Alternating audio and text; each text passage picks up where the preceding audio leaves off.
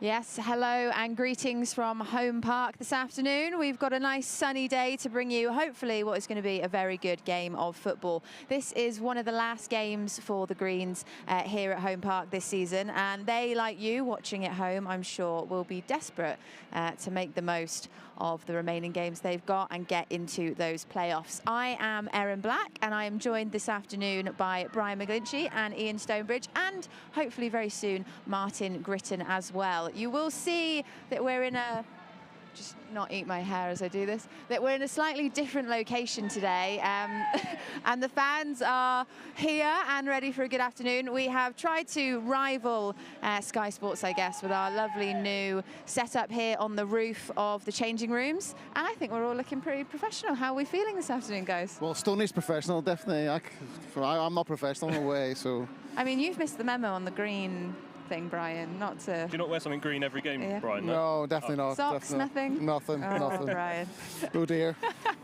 So, I mean, how are you feeling that we've got, you know, there's a whole group of us that are going to be doing the commentary before the game today, and Ian, you're going to be going off with Rob at half-time to do the audio commentary, and me and you, Brian, along with Martin, we're going to be doing a watch-along. Yeah, it's going to be different. Yeah, been well versed, well prepared, so hopefully it'll be a good day, and more importantly, a good result. Yes, exactly. And like usual, we will of course be bringing you the team news. We'll be seeing chats with Stephen Schumacher and Jordan Houghton, and we're also going to be joined by the last man to captain Argyle at Wembley Glory, and that's Mick Heathcote. So he should be with us at about 2:30, and it's going to be a very good afternoon. Now, of course, because today's game, as I mentioned, is on Sky Sports this afternoon, we can't stream the game itself for Argyle TV, so that's why me, Brian and Martin, who I believe I need to start referring to as Grits, but I want to say hi to him first before I go straight into He's fashionably late today, isn't he? Yeah.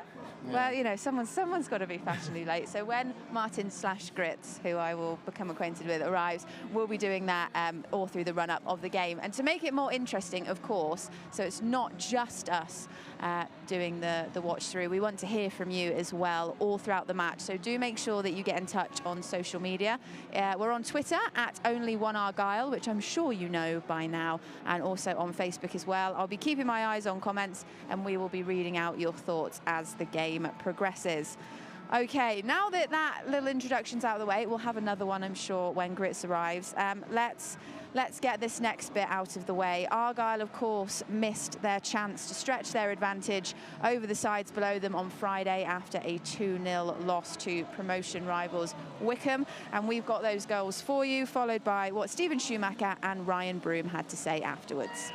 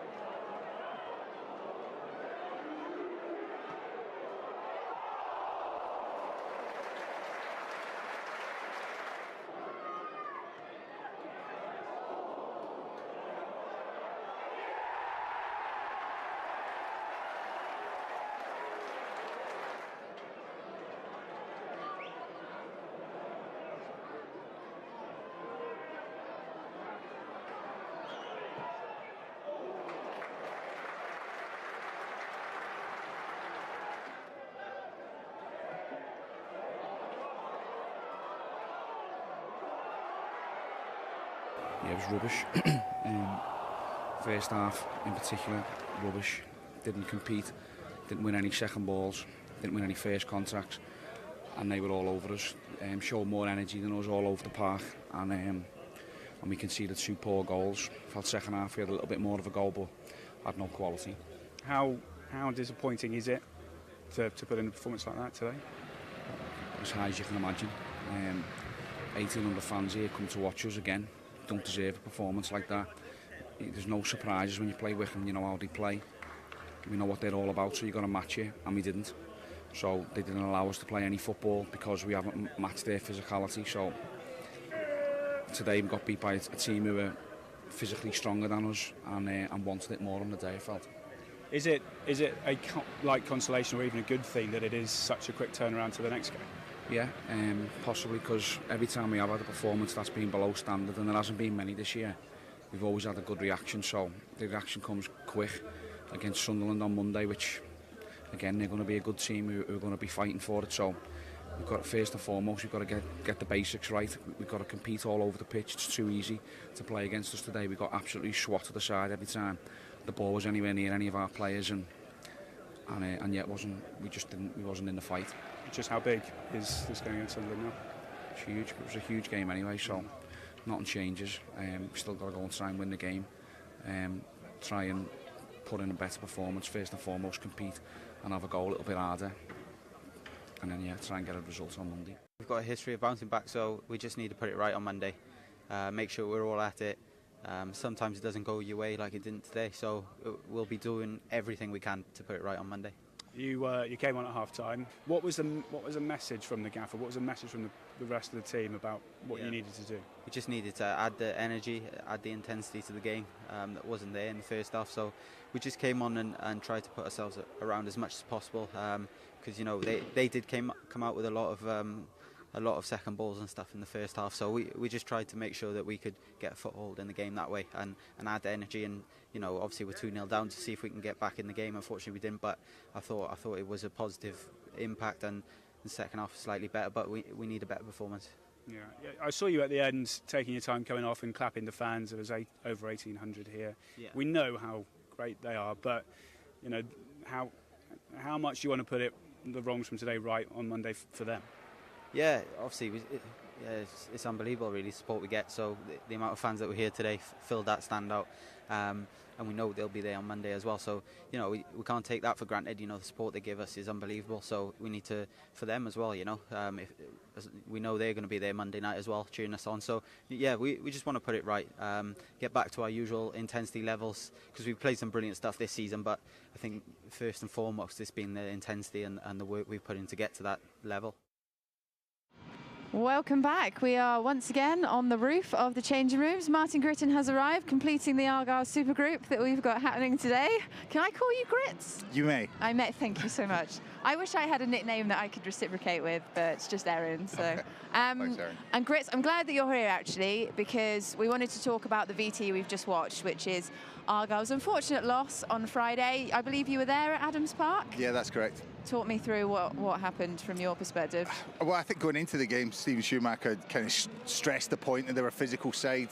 They were going to be intimidating to play against at home, but it was just Argyle didn't get out of the blocks. They were second to the ball, they didn't compete physically, and when you're up against a team like that, conceding an early goal makes it incredibly difficult for you. So it was an uphill battle first half. A few players looked a little bit lost out there. Second half they showed it up a little bit and made a couple of changes, but by that time it was too late to get back in. Didn't really make any clear-cut chances. Yeah. But as Stephen Schumacher said after the game, it's a quick way to turn that around, and a reaction today will kind of put that to bed. But it's another tough game for them to look at today. Yeah, Wycombe seemed to be one of those clubs that Argyle have kind of struggled with previously as well. So do you think that when they went into the game, that was something that was playing on their minds, and it just happened to trip them up again?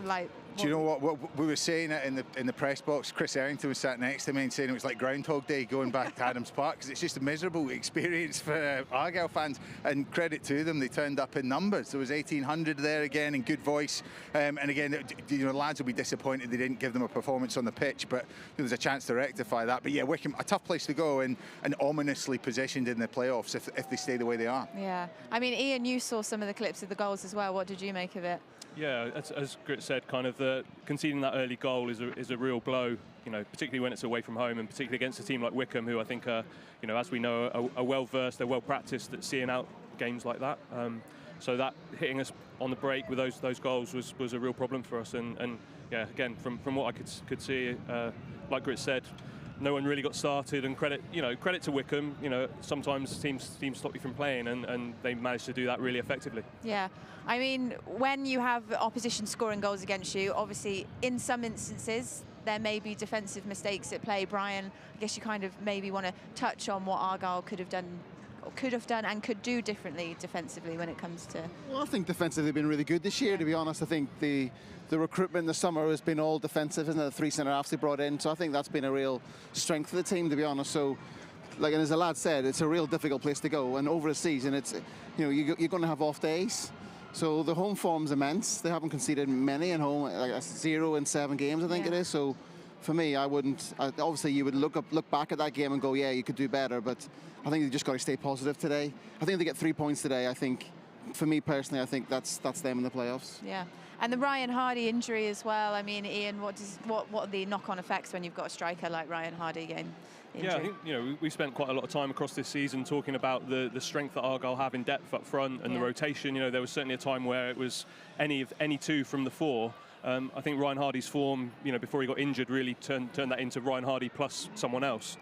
So it was a real blow losing him when they did. You know, hopefully he's going to be back, and I think we're perhaps going to see him this afternoon. You know, so fingers crossed he can hit the ground running and get back to his best again and fire Argyle into the playoffs. Yeah, I mean, there were other injuries as well, weren't there, Grits, where, you know, like Joe Edwards as well. People saw him wearing a boot a couple of weeks ago after one of the games. Do you think having such key players like the skipper out kind of affects how the team plays as well? I think so. I think not just in terms of shape. I mean, Ipswich away was a perfect example when Session Young had to play on the left-hand side, and Conor Grant, you know, you lose that natural left shape. Also, you know, on Friday, losing Joe Edwards, it's not necessarily his abilities as a player as much as his abilities as a leader. You know, he's the first one to put his foot in, he'll get stuck in the tackle, he'll score an important goal. When you're missing those sort of talismanic players around you, it can be a little bit of an effect on morale. As I said, they regrouped, and Conor Grant getting the game under his belt, and Niall Ennis having a good solid 45. Those players will come in with, you know, kind of a little bit sharper, you would hope. But yeah, always those injuries are a blow when you haven't got an incredibly deep squad. Yeah.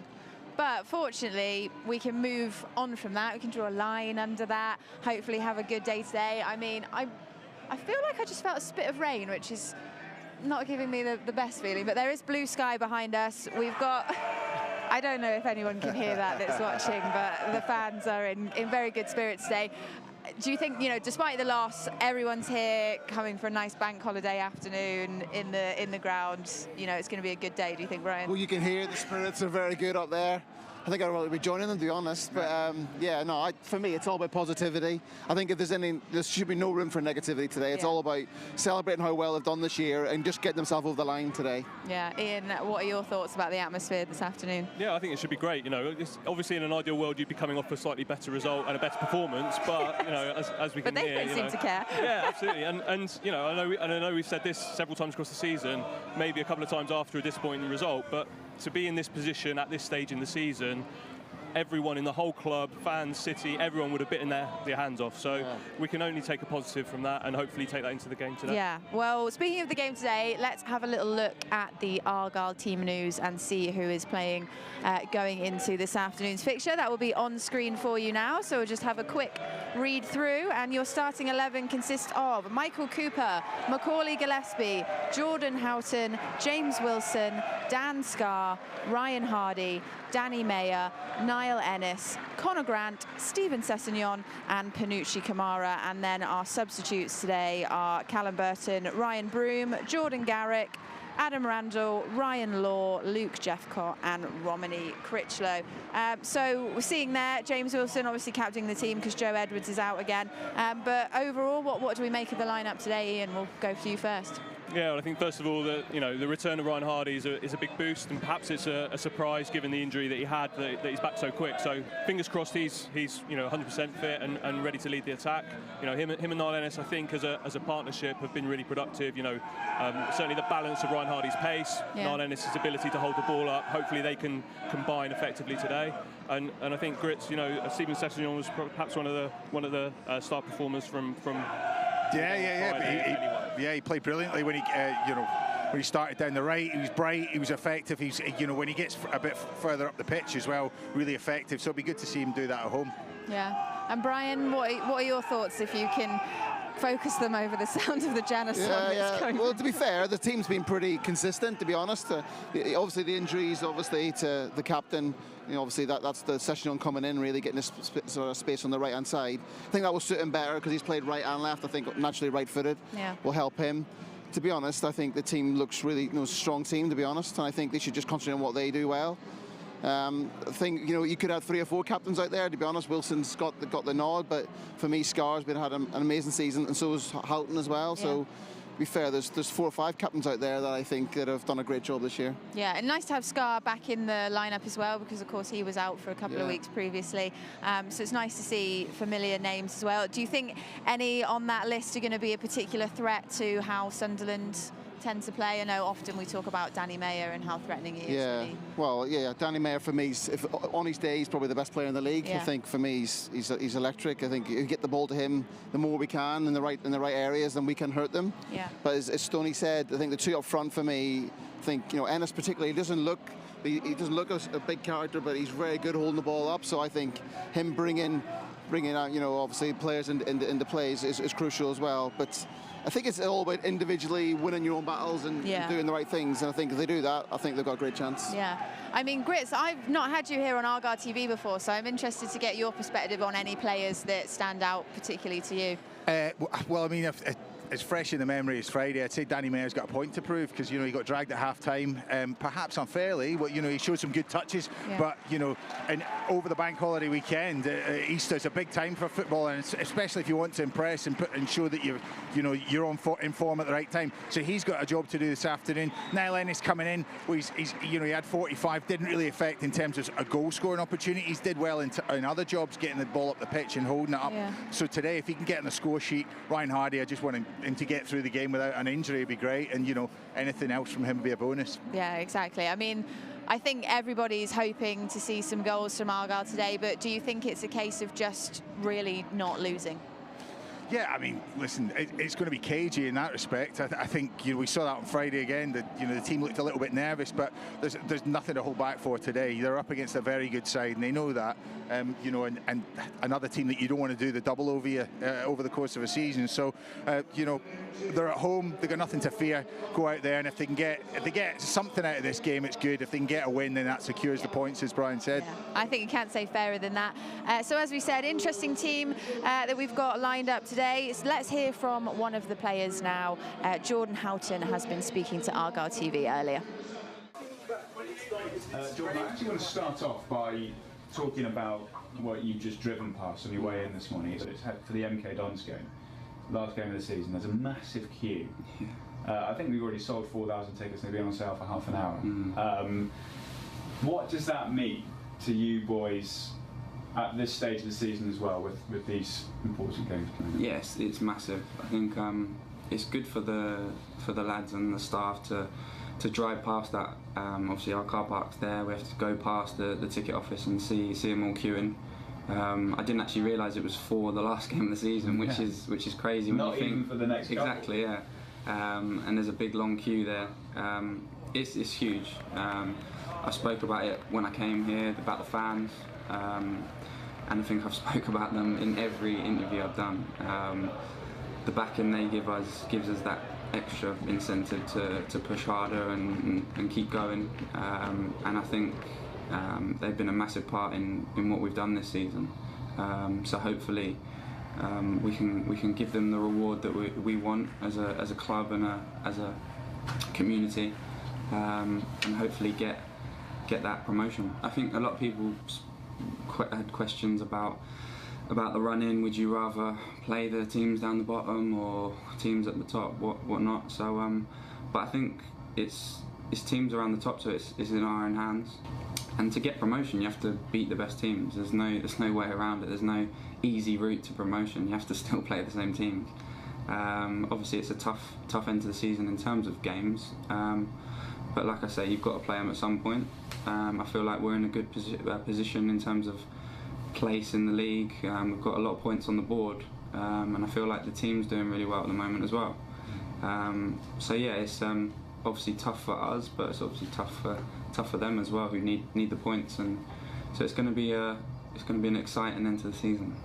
What's it been like playing this side over the last 2 months? Really, I know the whole season's been great, but the last 2 months in particular, what has that just been like? I think it's obviously a nice feeling to win games and to not be conceding. I think now as kind of a minimum requirement for us as a team is to be going out there and looking for a clean sheet. And I think that gives you that foundation then to push on and get the win. I think if you just look at how the team works and functions, it's been down to the coaching staff. They work with us every day, put us in positions where we need to be, and I think even when lads drop in and out of the team, everyone knows what they need to be doing. So when you come to tough games at the end of the season, we might come down to that MK Dons game where we're hanging on at the end, but lads know what they're doing. They can play without the ball. We know we're in good positions. But then I think when we have the ball, we've showed real quality, which has got us to this position. I think at the start of the season, you might look at the other teams and think they're bigger budgets, better players on paper. But I think we always knew that we had the quality in the squad. But I say most times every day that we've had a good season, but we want to make it a great season. And if we finish outside the playoffs now, it's not going to be a good season. So we want to get into the playoffs and then go from there. Fighting talk from Jordan Houghton there, and you're joining us once again on Argyle TV. Brian's got his coat on already. Yeah. You know you're going to have to be sitting out here for another like 2 odd. Yeah. Soft defender. I don't know if Gritz has brought his coat, is he? Have you got a coat? Me? No, it's a kind of, This is it for the whole afternoon. We better hope it doesn't rain. Let's hope so. Hard as nails. It's going to go rapidly downhill from here, I can tell. Okay, right, so we had a little look at Jordan Houghton there, talking about wanting to make a great season, and not making the playoffs, of course, would not be good. Do you agree with that statement, Ian? I think from the position they've been in across the season, and I think the attitude and the mentality the team have, that comes across from the players. So yeah. I think they're obviously, in their minds, that's what they want to achieve, that's what they want to secure, and I think it would be a huge disappointment if they don't manage that now. But I think from a point of view of his performances across the season and what he's brought to the team, he's been such a plus. The solidity and the consistency in that midfield area. I love the way he receives the ball. He always has it protected from opponents. Draws a lot of fouls, so he shows his experience there, and he also does a really good job kind of screening in front of the strikers, so stopping strikers getting the ball. So for me and Grits, as former strikers, he would have been a real nuisance, to play against. Yeah, he stops a lot of ball, breaks up a lot of play, gets his foot in, and he's been a real benefit to Gillespie, Wilson, and obviously Scar, who I did struggle with pace against them on Friday, but he kind of did his best to kind of stop the balls up to them. So. Yeah, I mean, how key would you say he is to the side as a player, Grits? Well, because he's been an ever-present, and because of the shape that Ryan Lowe and then now Stephen plays, then he is integral to that, and it's interesting to see the impact when he isn't there.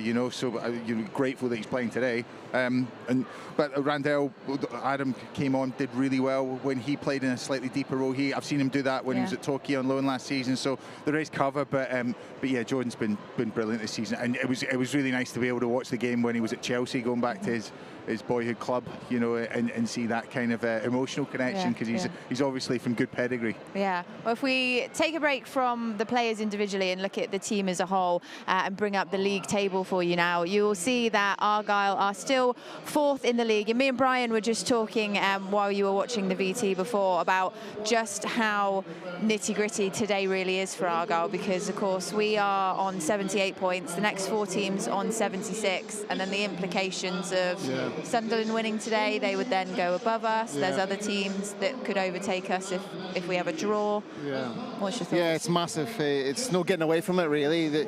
There's 3 games left, and they need to win at least one of them, I generally believe, to get over the line. I think if they do that today, then they can go and relax against Wigan, and then the last game of the season against MK Dons, because you don't want to go into the last game of the season needing something from that game. So for me, it's massive. I think it's a big game for Sunderland as well. They won't want to come down here either. This is not an easy place to come. Our home form's pretty formidable at the moment, and so that'll be the manager talking about the confidence in what his team can do. But yeah, and I was looking through like previous sort of league tables. It's a ridiculous number of points to get in the playoffs this year. Usually you'd be in the playoffs home and dry, and you'd be sort of planning now for the playoffs type thing. But yeah, it's just going to go down to the nitty-gritty, this one. Yeah, I mean, Ian, we've spoken about points in the table before on Argyle TV, which are your favourite things to talk about, I know. Have you had any more thoughts since we last spoke about it as to what kind of points Argyle need to be aiming for going forwards, or are you still just game by game? Well, I think, you know, from our point of view, it's fun to speculate, and I agree with Brian that they need another win, and that potentially will secure it. But the team themselves, you know, as far as they're concerned, they will just be focused on that next game, and that you know, for today, it's a huge one. And yeah, don't underestimate. Brian's really right to highlight the fact that from Sunderland's point of view, you know, they've been in this league for too long for a club their size. So there's an awful lot of pressure on them to make sure that, you know, they secure this playoff position for themselves and try and get up. So, you know, there's pressure on it in both ways, and it's, again, we've said the pressure of being at the right end of the table. You know, it could be a lot worse if we're, you know, still fighting for our lives, I think, you know, in recent seasons at this point. So it's great to be in and around this end of things instead. Yeah. So speaking of the league and where we stand in the league, it's probably important to know who else is playing this afternoon. They are on the screen for you now.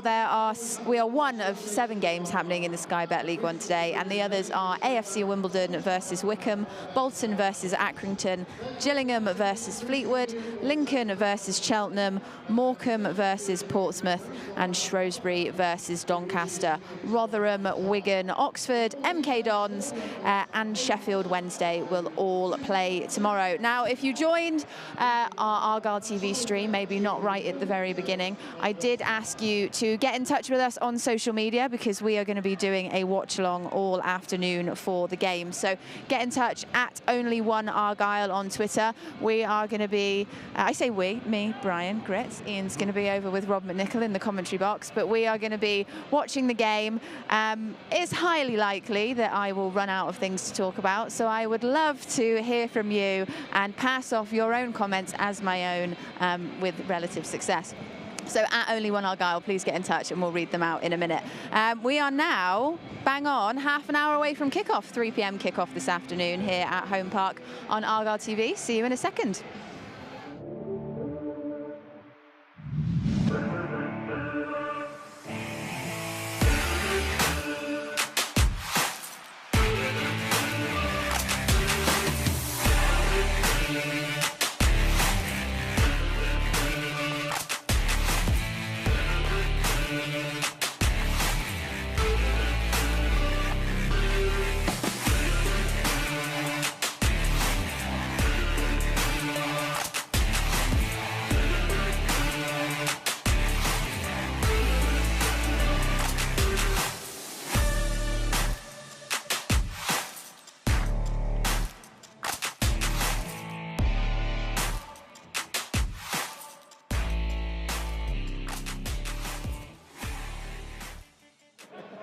We will be joined by former Argyle captain Mick Heathcote in just a moment. He has been doing a little jig behind the camera just moments ago, so it's going to be really something to look forward to. But before we do that, let's have a little look at the academy.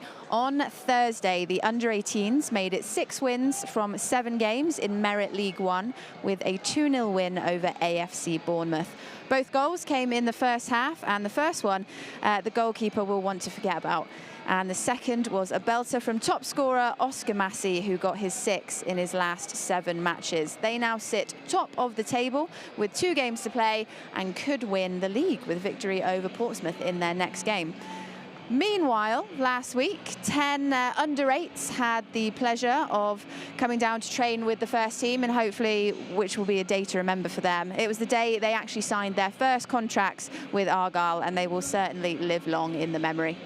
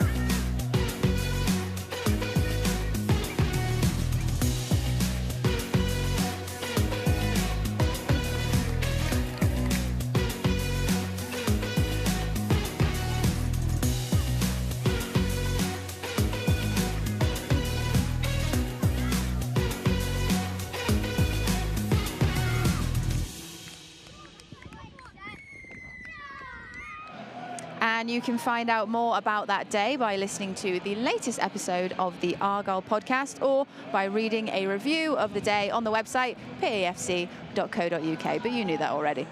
Now, we've had a quick substitution, although the lineup has fully been rearranged, and now I have the pleasure of standing next to you. Mick Heathcote, how are you? I'm okay. It's nice to be back at home park and taking in a great spectacle like today. Yeah, and while the cameras weren't rolling, you mentioned this would be a prime opportunity for karaoke. I will not, of course, make you do karaoke, Mick. I don't mind. What would your go-to song be, especially on a day like today? Well, like I say, it seems it's Saturday. It would have to be Saturday night at the movies. Nice. Who cares what picture you see? When you're hugging with your baby in the last row of the balcony. Well, Saturday night at the movies. Okay. Who cares? You're milking that, man. I'm sure, as lovely as your singing was, let's talk about Wembley. The Wembley. The goal. Wembley, yeah. The goal. Talk to me about the goal at Wembley. Oh, well, I didn't score any goals. I got a nosebleed if I crossed the halfway line. But no, I mean, Ronnie Morgier got the goal, and the Wembley game, which I was proud to be Argyle's captain back then, and it was a terrible game. I've never watched it back. It was that bad. But to win at Wembley is, like I say, is the place to win. And to be captain as well. And a captain. Back then, the old Wembley had the famous 39 steps, and to walk up there and pick up a trophy, albeit just a playoff trophy, it was special to be there. Yeah. Talk to me about the full-time whistle moment as well. that was when the celebrations kicked in. I think it was kind of like with the emotion of the day. Like I say, the Argyle supporters up there, I think there was 30,000+ made their way up, and to see that sea of green and white behind the goal, and we went over to them, all the team, and it was magnificent. I think the Queens, we are the champions, were playing as it was, like I say, as we were walking around, and it was pretty memorable. I mean, as players yourself, Grits, Brian, you must be familiar with this Wembley experience that Mick was in. Yeah, they were there. Yeah, Grits, you were down. I joined just at the end of it. I came just under Mick Jones' managerial. Well, it was him and Kevin Blackwell. I was on trial, but yeah, that was the remnants of that team. And then Mickey was our skipper when I was here. Ronnie Mauger, the goal scorer. A few very famous faces in that dressing room. So yeah, Pilgrim legends. Yeah, and I think we've got a clip of lifting the cup. So talk me through that while the people at home have a look. Well, I mean, there was a few people landing scarves, putting scarves round my neck and what have you. I was walking up the steps, and it was just, like I say, just the feeling of relief of getting out of that bottom division, even though we didn't get out of it for that long, because we were no sooner out than back down there. But it was just such a magical day, apart from the game itself, which was, like I say, wasn't the best, but nonetheless, the celebrations at the end will stay with me forever. Yeah, and I'm right in saying you are the last and only captain to have lifted the trophy. I believe so, but it's about time it was passed on to somebody else, and let's hope How much would you like Joe Edwards to join you on? Definitely. I've not met him, but I've just heard him talk up there. He seems a canny lad, and I think it's about time for somebody else to get. I mean, they've been to Wembley a couple of times, haven't they? And have just hasn't gone right for them. But do you think they can do it this time round? Well, I couldn't tell you any players, so I wouldn't know. But I'm looking forward to seeing how they go on today. Both sides, because I'm not close to football anymore, but I'm looking forward to watching this today. Good. Can I push you for a score prediction before? I've got them down as a draw on the coupon, so I'm open for one each. Okay, perfect. All right. Well, thank you, Mick, for being with us. All right, no bother. Enjoy the game as well in a moment. Now, we're going to turn our attention to the Argyle Community Trust now. It is the official charity of Plymouth Argyle Football Club. The charity works with both local and national partners to deliver social, corporate responsibility and community outreach work across Devon and Cornwall. And that's for the benefit of all, but it also focuses on those most in need and vulnerable. Now, the amazing work of the charity includes reducing isolation and loneliness for those people who are vulnerable, supporting improving people's lives and physical and mental health, and of course providing education and courses to improve life chances and employability. The Argyle Community Trust in the last 5 years has invested over £6 million into the community to help those most in need, supporting over 300,000 people in the last 10 years. Let's take a look now at some of the wonderful work the charity does and the people the trust have impacted over Devon and Cornwall. Argyle Community Trust is proud to be the official charity of Plymouth Argyle Football Club, using the power of One Argyle to provide opportunities to all people in our local communities by inspiring and empowering them through sport. Our mission is to make a positive difference to the lives of people of Devon and Cornwall. Over the past 10 years, we have invested over £10 million in programmes and initiatives to support over 300,000 people. Some of our biggest achievements have seen the charity change people's lives, from drug rehabilitation into employment, and helping people with mental and physical health conditions live a healthier and more independent life. We have strong links with local and national partners to provide vital outreach work to the communities we proudly serve. This includes health and wellbeing sessions, community engagement programmes, education and employment training and sports coaching, helping people in their communities but also in schools and using our bespoke facilities. Our club is committed to every member of our community to remove barriers to participation and offer accessible opportunities to all, with a particular focus on disadvantaged and isolated communities, underrepresented groups, at-risk children, young people and adults. It made me sort of wanted to live and carry on, because I was struggling, it really was. I was getting depressed, I was really struggling. I couldn't do what I wanted to do, if you know what I mean. Oh, community trust is marvellous, I think they are terrific. I've lost £38 in the 12 weeks, so just over 2.5 stone, doing 15 kilos. So for me, it is life-changing, and I don't mean that lightly. Just hugely grateful to everybody at Argyle and the community trust. What they're doing is absolutely superb. I thank them. It's just helped me no end, really. Don't struggle with the stairs anymore, and I get out and about and do all the exercises, which I wasn't really doing before. So yeah, I feel a lot healthier. Coming into the apprenticeship, I was very anxious, quite shy, didn't really know what to do, very low, and thanks to the apprenticeship, I'm just like on cloud 9. I'm buzzing. And it's just helped me develop massively into a much better person, much more confident person. So I owe a lot to it. Our work wouldn't be possible without the support of our wonderful partners, the generosity of our local communities, and you, the amazing supporters of Plymouth Argyle. Your donation could make a huge difference to someone in your community. £5 could allow a child with a disability to attend a holiday course, or provide a child with a healthy and nutritious meal. £10 could allow us to provide sessions to support the elderly going through bereavement, or our wonderful Armed Forces veterans. Thank you for your support.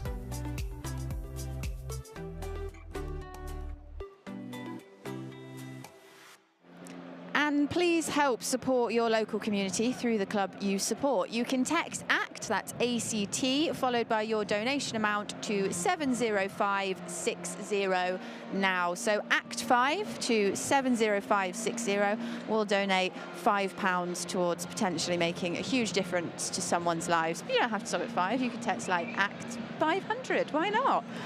Text will cost a donation amount plus one standard network rate. Don't forget, please get in touch with us on social media at @only1argyle. I've had a little scroll through. There's a few of you watching in Australia, someone in Ireland. It's very nice. I need more. We must talk to you throughout the duration of the game. Get in touch. I want to know who the farthest flung person in the world is watching Argyle TV this afternoon. Somebody make a comment about one of these guys so I can read it out. It'll be great fun. Get in touch with us, and I'll see you again in just a second.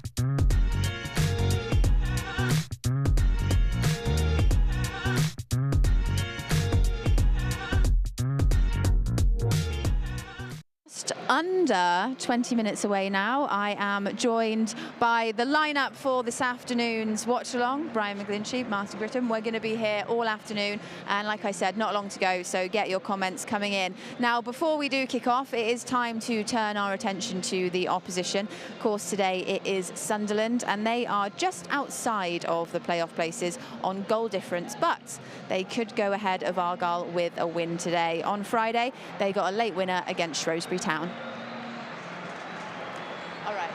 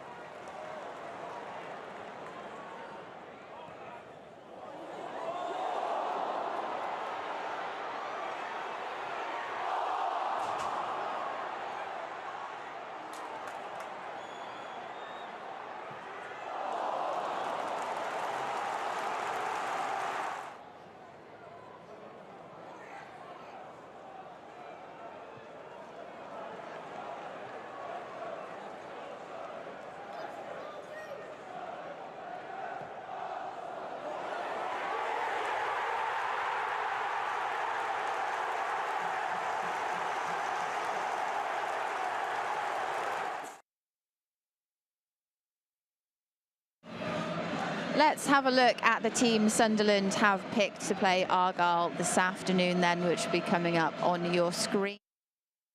A couple of players in there that stand out as threats to you, Brian? For me, the two strikers. Grits will probably talk about them in a second, but for me, Stewart, he's scored like 20 odd goals in this year, I believe. And yeah. So yeah, he's done really well this year. And Broadhead, he's known for his goals as well. He's played less games. I think Corey Evans his name springs to mind as well. He's got a bit of pedigree. He's a Northern Ireland international as well. So yeah, like they're all good players. They play for this team. It's they must be really good professionals. So. But for me, it's all about what Argyle do. Yeah. Similar consensus from you? I'd say so. The thing to watch is they score goals from all over the park. Embleton scored from midfield, but you're absolutely right. You've got Broadhead, they're number 9, doing the job and scoring last-minute goals to them in big moments. That's the thing. They're showing that they've got, they've got the composure to win the matches that they need to at this time of the season, and that's obviously a concern for Argyle, especially with dangling the carrot of the fact that they can go ahead of Argyle today. So a great incentive for their players.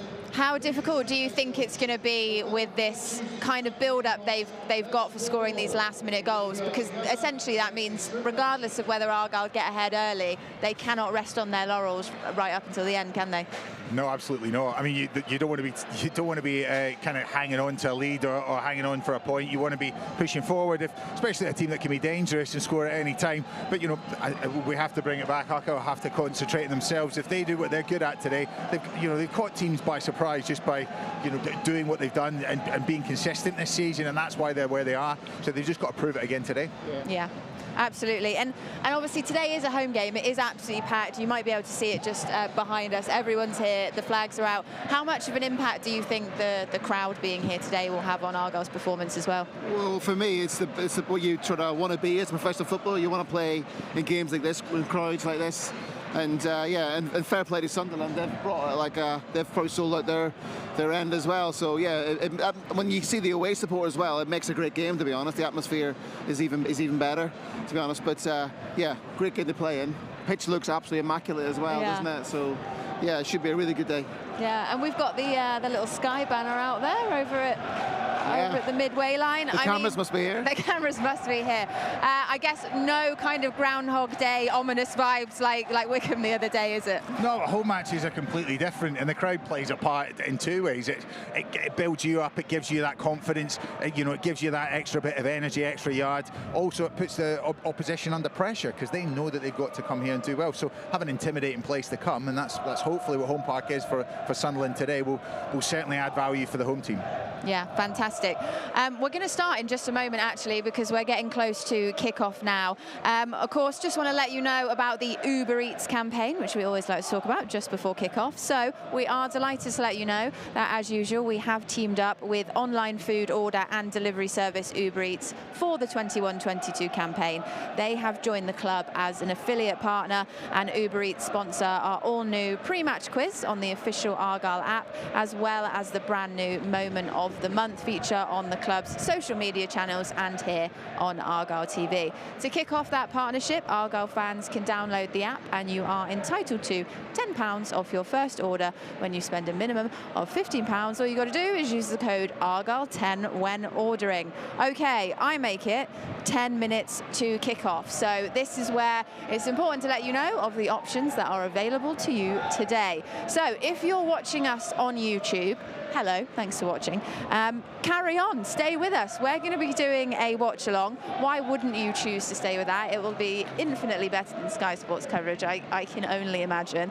And then if you maybe wanted to listen to the commentary instead, which Rob and Ian will be doing, you can head over to Argyle TV and buy the Listen Now feature. It costs £2.50.